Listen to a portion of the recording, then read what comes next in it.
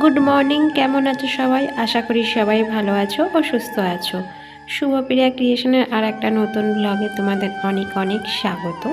এখন বাজে সকাল 10টা। ব্লগটা এখন থেকে স্টার্ট করলাম তোমাদের সাথে নিয়ে। আজকের ব্লগ স্টার্ট করতে অনেকটা দেরি হয়ে গেল।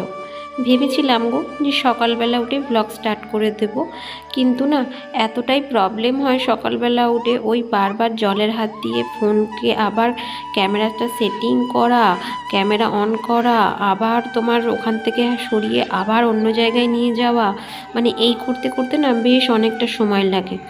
হ্যাঁ, কষ্ট না করলে কি আর কেষ্ট পাওয়া যায়? কষ্ট তো করতেই হবে আর কাজ তো করতেই হবে। কিন্তু তাও আজকে সকালে না একটু আলসামি লাগছিল বন্ধুরা, তাই সকাল থেকে স্টার্ট করতে পারিনি। এখন 10টার সময় এসে ব্লগটা স্টার্ট করলাম।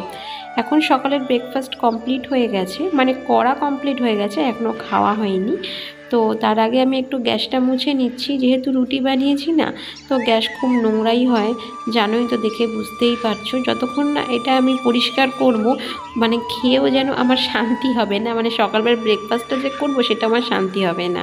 তো ভাবলাম তার আগে আগে গ্যাসটা মুছে নিই, তারপর একবারে ব্রেকফাস্ট করব। আজকের সকালের ব্রেকফাস্টে রয়েছে পেঁয়াজকলি আলু ভাজা আর রুটি। ভাবছো পেঁয়াজকলি আলু ভাজা দিয়ে কি আর রুটি খাওয়া যায়? হ্যাঁ বন্ধুরা, আমরা খাই। যখন আলুর তরকারি একদমই ভালো লাগে না খেতে, আর বেগুন ভাজা একদমই ভালো লাগে না, তো তখন ঘরে যা থাকে সেটা দিয়ে আলু দিয়ে কুচিয়ে একটা সবজি মতো করে নিই সকালের রুটি খাওয়ার জন্য। টিফিন খাওয়ার পর চলে আসলাম বাসন মাজতে। দেখছো কতগুলো বাসন পড়েছে, চায়ের বাসন থেকে শুরু করে কড়া, খুন্তি, রুটি বেলুন, তো সব কিছু একেবারে পড়েছে। তো চলো এগুলোকেও মেজে নিই, আর তোমরা ভিডিওটা কন্টিনিউ করো।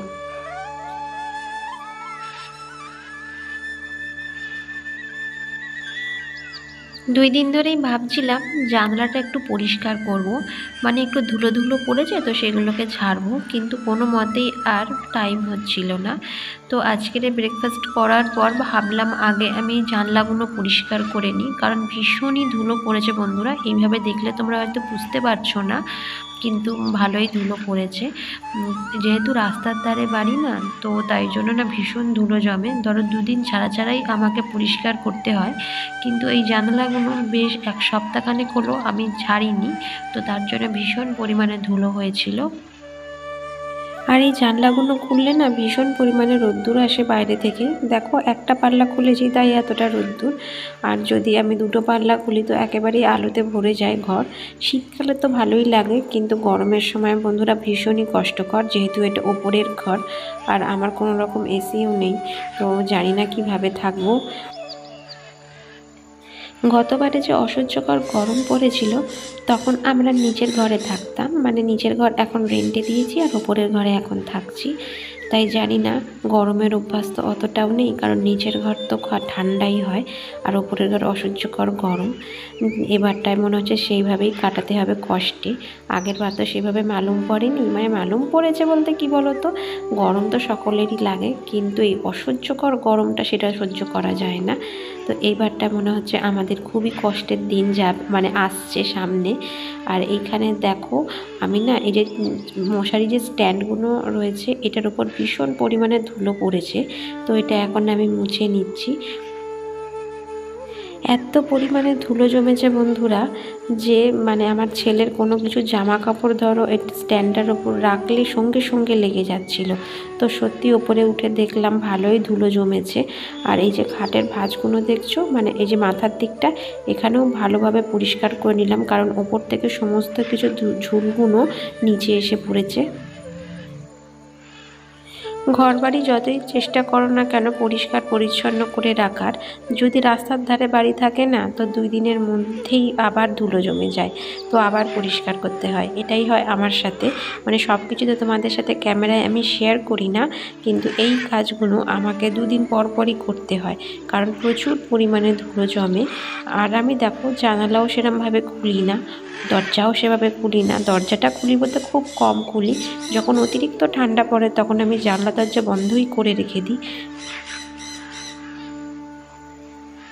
এখন দেখো বিছানার চাদরটাও তুলে ফেললাম, কারণ এতেও অনেকটা ধুলো পড়েছে।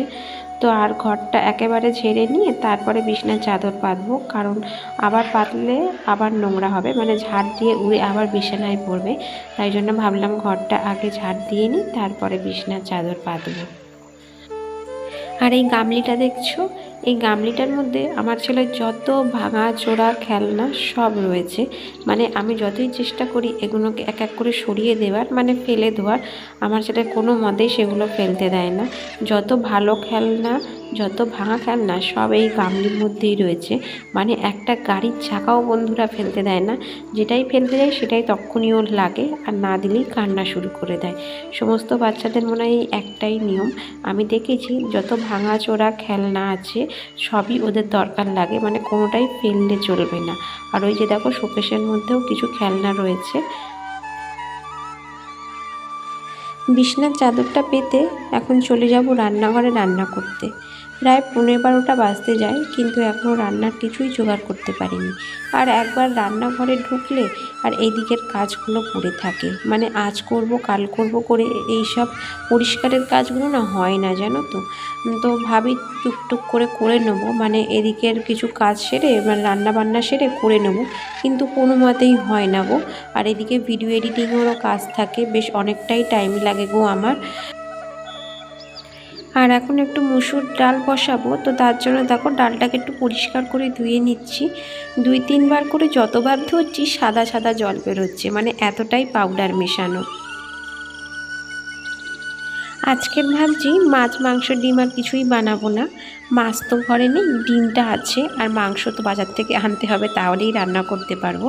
কিন্তু ও নেই যে আমি ওকে দিয়ে আনাবো, তাই জন্য ভাবছি আজকের ঘরে যা আছে, ধরো আজকে মসুর ডাল করব আর একটু সয়াবিন বানিয়ে নেবো। ছোট গ্যাসে ডাল সিদ্ধ বসিয়ে আর বড় গ্যাসটায় দেখো এখন আমি দুধ গরম করে নিচ্ছি। সেই কোন সকালে দুধ দিয়ে গেছে, কিন্তু আমার আর জাল দেওয়া হয়নি।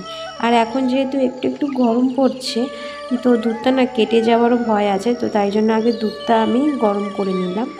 আর এখানে দেখো একটা শাড়ি না আমি সকালে একটু ভিজিয়ে রেখেছিলাম, সকালে বলতে ওই ধরো 9টার দিকে। এটা না সেই বিয়ে বাড়িতে যে পরে গেছিলাম সেই শাড়িটা আজকে ধুচ্ছি। মানে এতদিন আর সময় হচ্ছিল না আমার। আর দেখো কি পরিমাণে রং উঠছে, মানে ব্লু কালার গ্রিন কালার এগুলো দিয়ে না অতিরিক্ত পরিমাণে রং ওঠে। দেখো একটুখানি শুধু ব্লাউজটা ভিজলাম, তাই আমার বালতির জলটা পুরো ব্লু হয়ে গেল। জানি না শাড়িটা ধুলে কী হবে।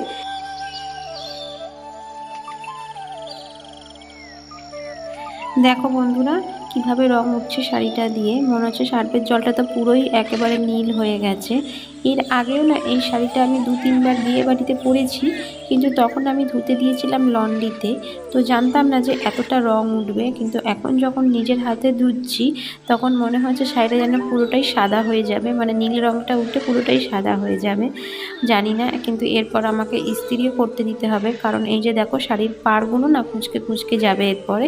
মানে যেহেতু বাড়িতে ধুচ্ছি আর লন্ড্রিতে দিলে তো এটা পুরোই একেবারে ধুয়ে আয়রন করে দেয়, কিন্তু যেহেতু এটা আমি বাড়িতে ধুচ্ছি তো আমাকে এটা বাইরে আবার আয়রন করতে দিতে হবে।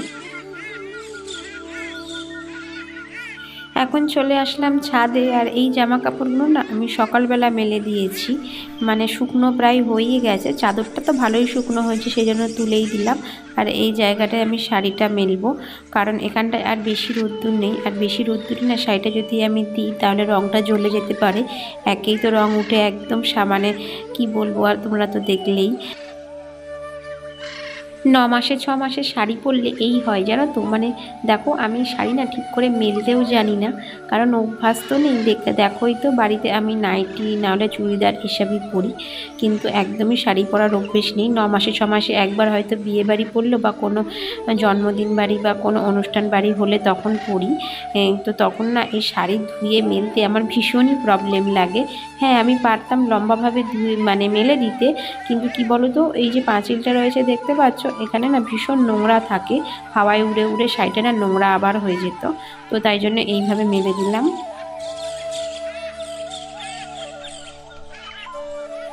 নিচে এসে দেখি ডালটা না খুব সুন্দরভাবে সিদ্ধ হয়ে গেছে। তো একটা কাজও হয়ে গেল, আর এদিকে আমার ডালটাও সিদ্ধ হয়ে গেল। আর একটু বানাবো সোয়াবিন, তো তার জন্য আমি একটু কড়াই দেখো গরম জল বসিয়েছি। তো এখন সোয়াবিনগুলো একটু গরম জলের মধ্যে দিয়ে দেবো। ওইদিকে পাশের হাঁড়িতে দেখছো, ওটা না একটু জল গরম বসিয়েছি আমার ছেলেকে স্নান করাবো বলে। কারণ 1টা বেজে গেছে, এখনও ওকে স্নান করানো হয়নি এদিকের কাজ করতে গিয়ে। তো একটু স্নান করাবো বলে একটু জল গরম বসিয়েছি। আর এখন না একটু একটু গরম পড়ছে, কিন্তু তাও আমি ওকে জল গরমেই স্নান করাবো, যেহেতু যে সিজনটা চেঞ্জ হচ্ছে ঠান্ডা লেগে যাওয়ার ভয় থাকে। একটা দিদিভাই কমেন্ট করেছো যে আমার রুটি বেলুনটা কিসের, ওটা কি স্টিলের? না বন্ধু, ওটা স্টিলের নয়, ওটা হচ্ছে সিলভারের, মানে অ্যালুমিনিয়াম যেটাকে বলা হয়। তো সেটারই হচ্ছে আমার রুটি বেলুন। আর এইখানে দেখো আমার রান্না করা হয়ে গেছে, এই যে সোয়াবিন, ডাল, ভাত, আর এখানে একটুখানি উচ্ছে আলু ভাজা করেছি, যেটা তোমাদের কাটাটা দেখাইনি। তো বন্ধুরা, ভিডিওটা